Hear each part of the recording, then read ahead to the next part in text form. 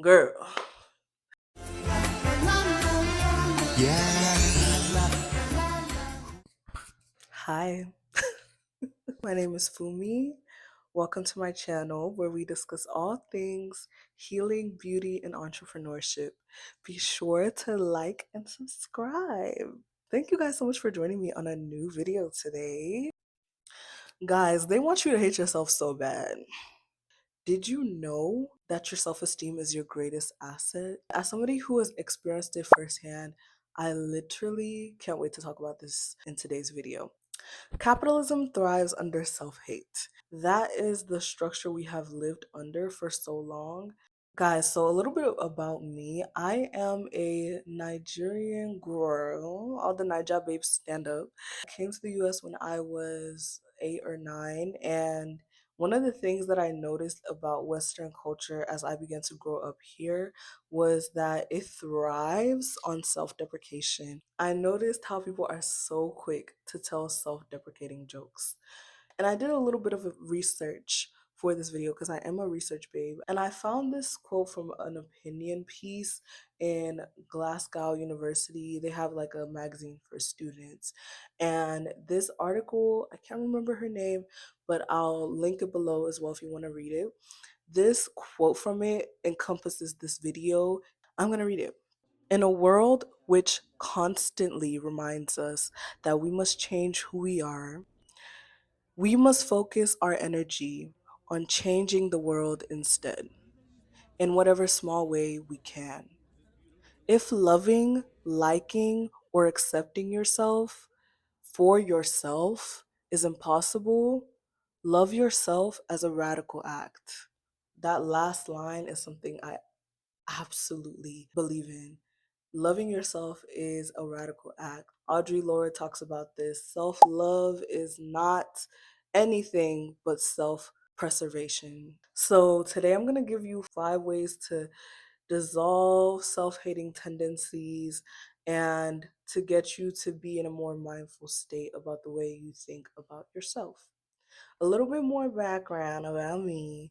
Girl, I used to not like myself. Like, it was really, really bad. I couldn't look in the mirror. All the girlies who can relate, hands up. I feel like I knew so many girls who went through that stage too of like not being able to look at ourselves, especially at the rise of Instagram and like filters. You know, if you were a preteen in that era, you if you know, you know.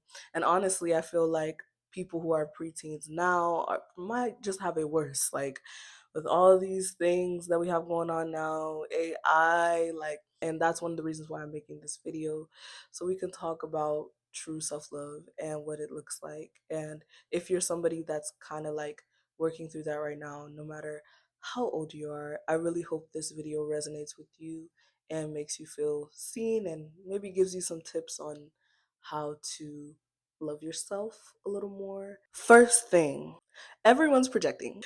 As soon as you understand that, you actually like get a lot of peace about a lot of things in life. Everyone is projecting, whether good or bad.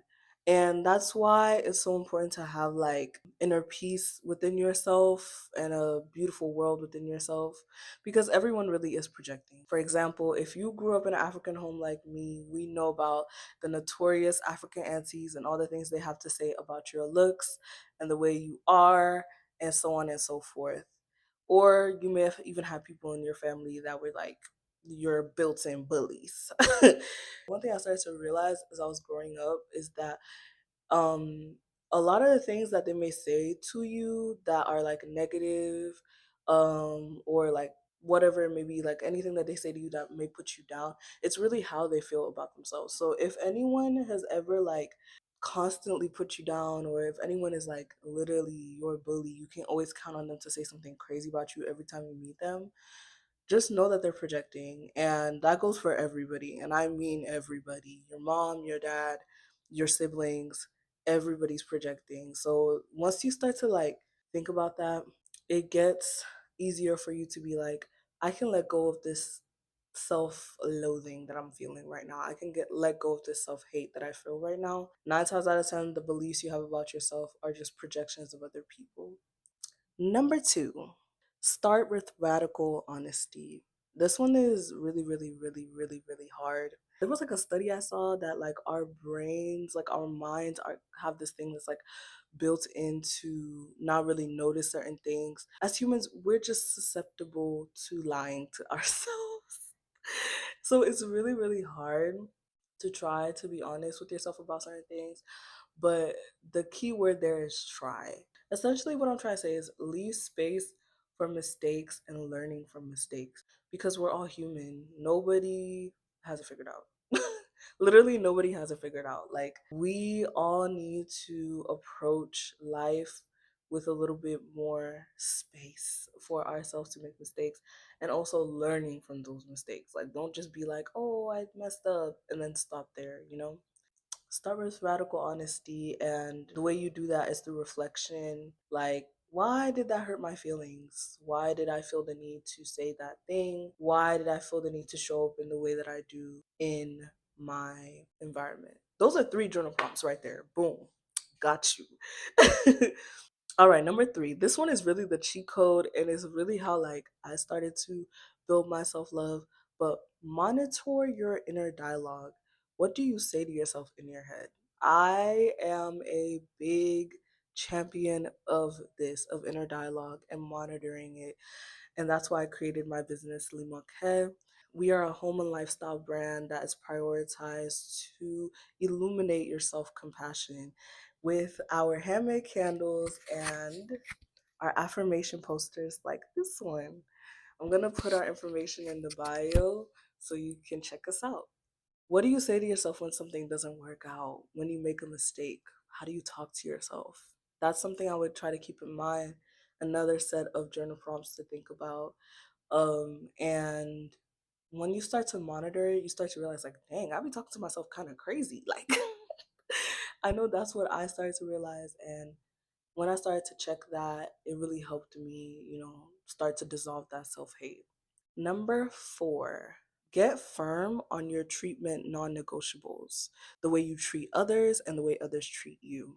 This one is so important. If you're someone like me that you grew up with trauma, this is so key, Sometimes we learn this through very hard situations and hard relationships, and you just can't get around it sometimes. You really can't. But when you can get in front of it and when you can try to be there for yourself in this type of way, I think it's a great way to approach things.